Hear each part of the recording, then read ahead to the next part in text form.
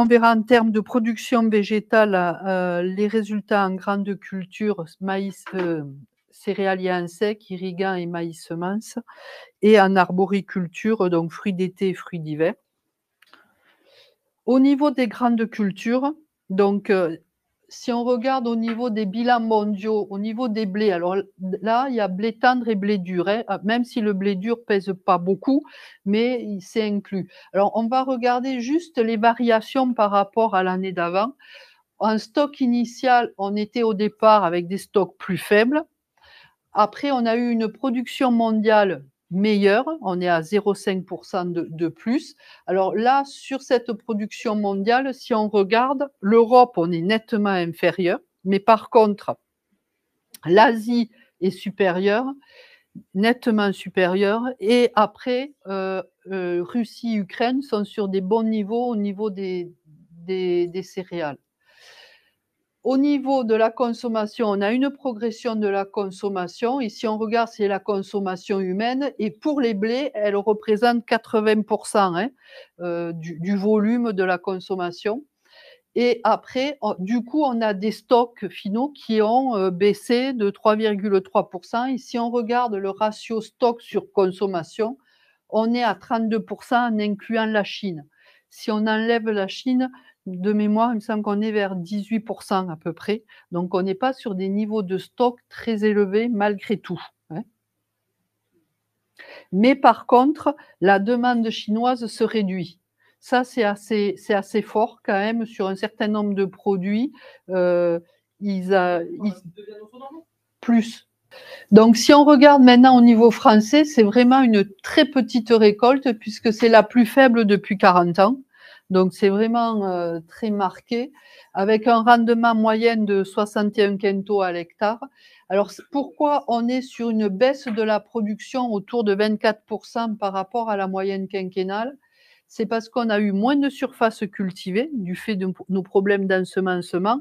Alors, ça a été vrai chez nous, mais ça a été vrai partout, hein, en France. Et également des rendements plus faibles. Alors ici, sur la carte, ici, vous avez les rendements. Nous, ici, on est sur un rendement inférieur à 50 quintaux cette année. Alors, on est à 49 ou 40, non, un peu moins, je crois. Mais tous ces départements-là qui étaient vraiment à des rendements supérieurs à 70 quintaux, cette année, ils ont énormément souffert, ce qui explique pourquoi, au niveau France, on a vraiment eu une très mauvaise année en céréales d'hiver. Donc, si on regarde par rapport à 2023, on a tous les départements pratiquement qui ont eu un rendement en 2024 inférieur à celui de 2023, hormis le bassin méditerranéen, mais qui pèse très peu, donc ça n'a pas d'incidence. En termes de prix, on est sur une... Alors, si j'en reviens au niveau des rendements, par contre, on a une grande hétérogénéité et on le voit aussi chez nous, hein. On a des exploitations qui font un peu mieux qu'en 2023 et puis d'autres ont vraiment eu une baisse très, très importante au niveau des rendements, quoi, hein.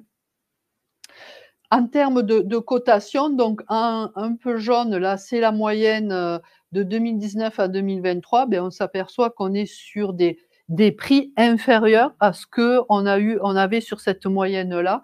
Même si ça remonte un petit peu là sur janvier, on est rendu Rouen, je regardais, on était autour de 230 actuellement.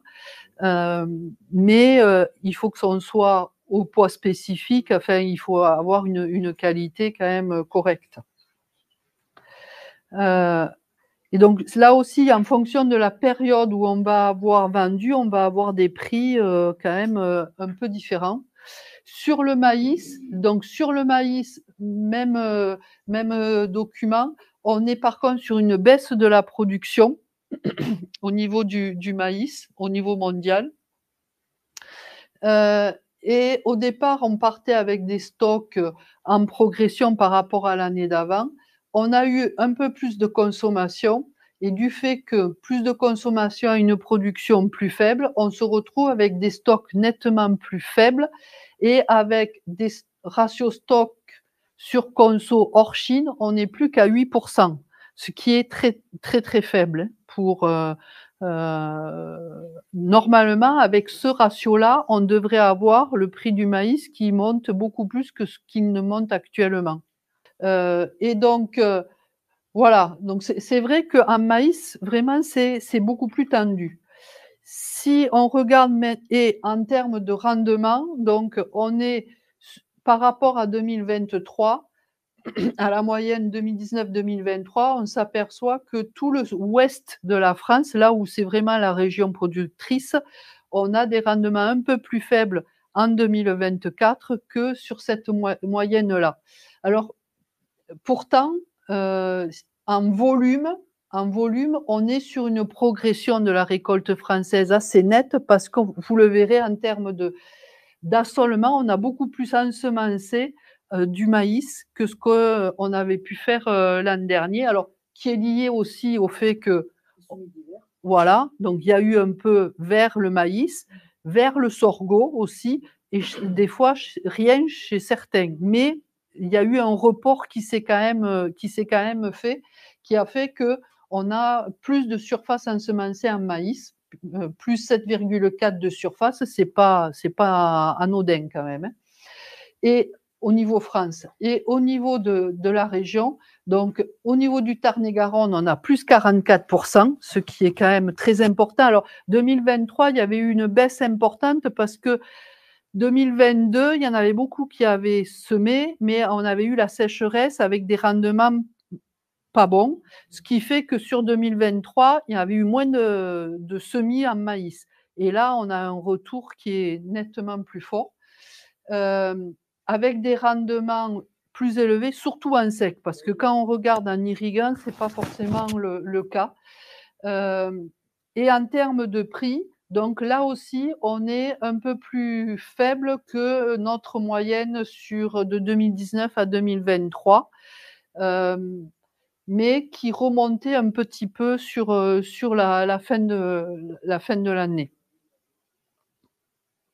Après, au niveau du maïs, la grosse difficulté quand même qu'on a eue cette année, c'est la récolte et les taux d'humidité, quoi. Parce qu'un certain nombre de maïs, il a fallu quand même beaucoup sécher.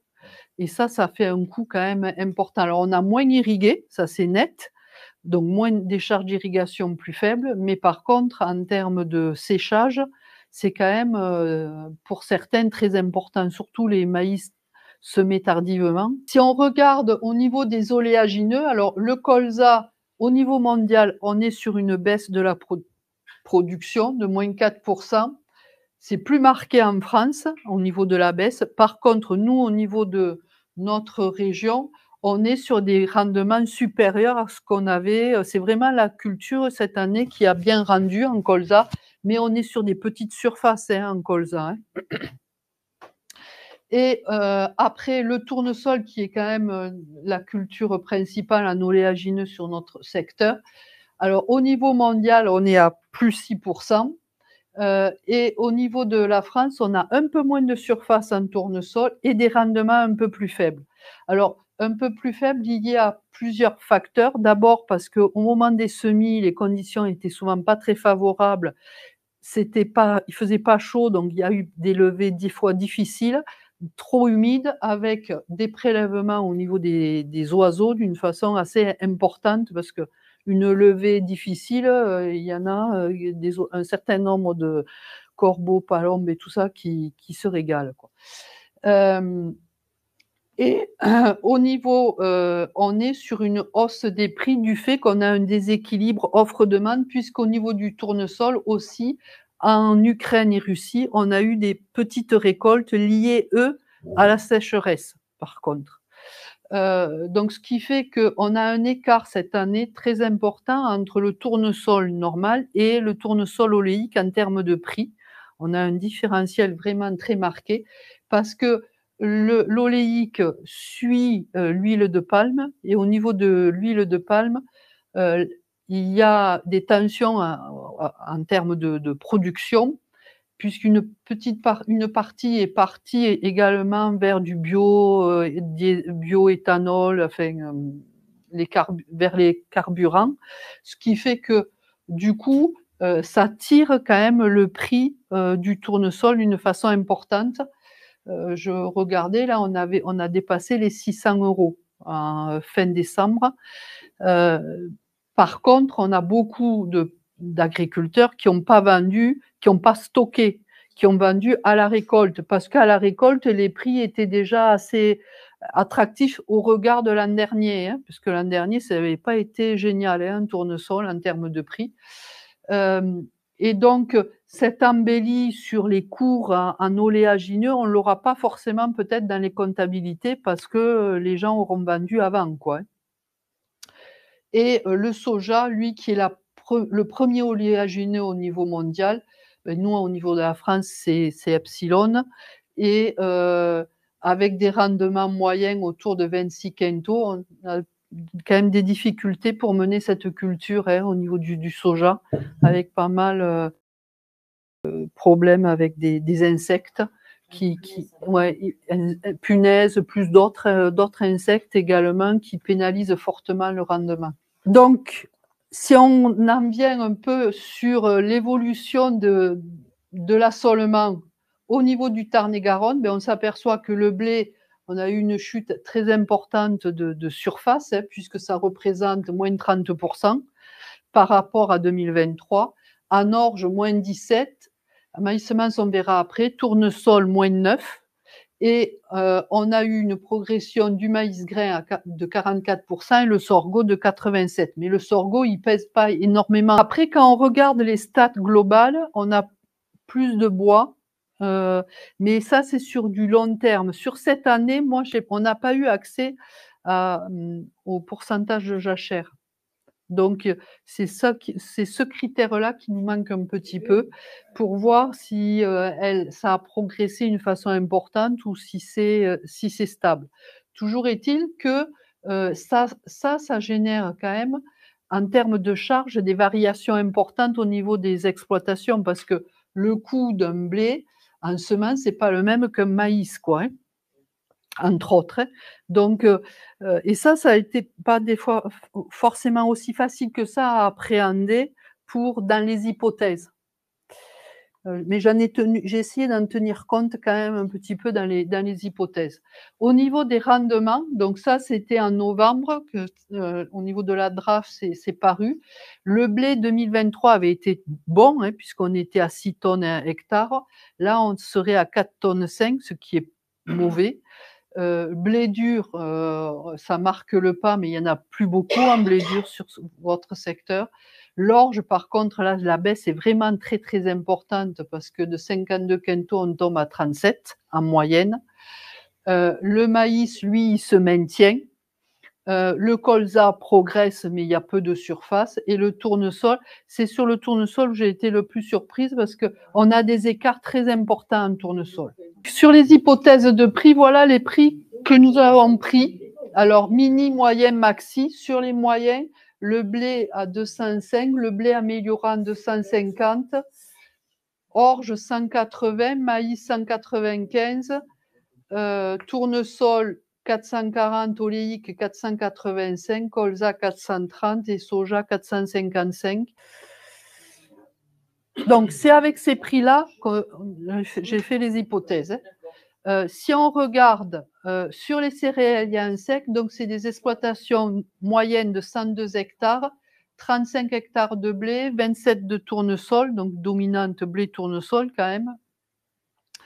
Le produit serait entre -2 et plus 4. Alors, ça dépend de la proportion de tournesol, le rendement en tournesol et la période où on a vendu le tournesol. Parce que là, on peut avoir des écarts quand même assez importants à ce niveau-là. Les intrants en baisse, mais pas énormément, -4.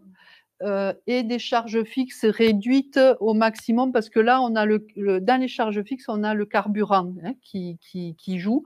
Et puis, les cotisations sociales exploitants, au vu de l'EBE qu'on a eu l'an dernier, on est sur plutôt une baisse des cotisations exploitants. Et donc, ce qui fait que Et 2023, on était sur une mauvaise année puisqu'on était à 158 € l'hectare de BE, qui est vraiment pas bon, hein. Sur 2024, on serait dans ces mêmes tendances-là, puisqu'on serait entre 139 et 220 avec une moyenne à 180. Donc quelque chose qui n'est pas satisfaisant, malgré des intrants un peu moins chers, malgré tout. Mais c'est vrai que le manque de rendement pèse, hein. Sur les céréaliers irrigants, donc là, 134 hectares, 30 hectares d'irrigués, avec 33 de blé, 19 de maïs conso, hein, là, hein, on a très peu de culture de semences, puisqu'après, je fais un groupe maïs semencier, hein. Donc là, on est sur. Alors là, l'impact du maïs va jouer quand même d'une façon importante, et suivant s'il a été récolté pas trop humide ou très humide. Là, pour le coup, on va avoir des différences importantes à ce niveau-là. Au niveau des intrants, donc des charges en eau plus faibles, donc ça nous donnait des intrants plus bas, un peu plus bas qu'un sec. Des charges fixes, une progression très modérée. Et donc sur 2023, on était à 328 € l'hectare, soit 44 000 € de BE. Donc il y avait nettement décroché par rapport à 2021 et 2022, hein. On revenait sur des niveaux de 2019. Et là, sur 2024, on serait sur les mêmes niveaux que 2023, entre 257 € l'hectare et 400 € l'hectare, avec une moyenne à 338. Donc c'est vrai que ça fait 2 années consécutives, surtout quand on va voir un peu sur les irrigants le revenu, les annuités, ça devient tendu. Sur le maïs semence, donc sur ce groupe-là, alors c'est vrai qu'au niveau du Tarn-et-Garonne, on a perdu 24% de la surface à maïs semence, ce qui est considérable, hein, quand même. Alors suivant les opérateurs, les semenciers, c'est plus ou moins important, hein. Et suivant aussi, il y a des exploits. Alors pourquoi j'ai pas pris moins 24 en termes de perte de surface? Parce qu'il y a des agriculteurs qui en ont plus du tout. Donc du coup, ils changent de groupe. Donc ça fait quand même 6 hectares de moins, ce qui est quand même considérable. Si on regarde le produit brut hectare de 2023, on était à 6 300 € l'hectare. On était sur un excellent produit brut. On a eu des exploitations qui ont dépassé les 10 000 € hein, de produit brut à l'hectare l'an dernier. C'était sur une année très bonne. Là, sur cette année, alors parce qu'aussi on avait dépassé le rendement de référence. Cette année, on est au rendement de référence à peu près ou un peu en dessous. Ça dépend un petit peu des variétés. Par contre, également, le prix de base est en baisse puisqu'il est indexé sur le prix du maïs, entre autres, conso, ce qui fait que dans les hypothèses, l'hypothèse moyenne, je pris 5 500 € à l'hectare. Donc déjà, par rapport à l'an dernier, on a une perte de produits bruts à l'hectare conséquent. Et en plus, on a 6 hectares en maïs qu'on a perdu, quoi. Donc, ce qui fait que ça fait descendre le produit d'une façon très importante, puisqu'on est sur une baisse autour de 14%, ce qui est quand même considérable. Des intrants qui baissent un peu plus parce que en remplaçant le maïs par d'autres cultures, en intrants, ça pèse un peu moins. Et en charge fixe stable parce qu'on a moins de main-d'œuvre et moins de travaux par tiers du fait des 6 hectares en maïs semence enlevés. Mais n'empêche que de 108 900 de BE qu'il y a eu en 2023, où on était à presque 800 € à l'hectare, on tomberait autour de 65 000 avec un EBE qui irait de 390 à 550 € avec une moyenne à 480. Donc pour dire que là, le manque de surface et la baisse du produit impacte directement, et on revient sur des niveaux de 2020, quoi, à peu près. Malgré un produit brut hectare plutôt correct. Même bon, parce que 5 500 en moyenne, si on regarde sur une longue période, c'est pas forcément ce qu'on avait, on a eu. Mais, et donc si on regarde maintenant en termes de revenus disponibles sur le BE moyen, sur les céréaliers en sec, on est à 11 000 d'annuité, ça fait 100 € à l'hectare. Ben, on peut pas, il faut vraiment pas aller au-delà de ce niveau-là. On arrive à un revenu disponible nettement insuffisant puisqu'on est à 6 700 € de revenus disponibles à l'UTH exploitant. Sur les céréaliers irrigants, avec des annuités à 25 000 €, on est à 17 300. Et sur les maïs semences, avec 37 000 € d'annuité qui, elles, sont en progression, hein, parce qu'un certain nombre ont réinvesti sur 2023, 23, oui, 23. On se retrouve avec un revenu disponible autour de 20 000 €. Donc, malgré tout, ce groupe-là s'en sort mieux que les autres, mais les céréaliers en sec, là, vraiment, ça marque le pas d'une façon importante depuis 2 ans, quoi, vraiment, quoi. Alors, le point, je dirais, qu'il faut retenir, qui est positif, c'est qu'on a des producteurs qui sont compétents, qui sont techniquement performants. Il faudra voir un peu comment ça va évoluer. Ce qui est sûr, c'est qu'en termes d'investissement, il faut être très prudent, très, très prudent.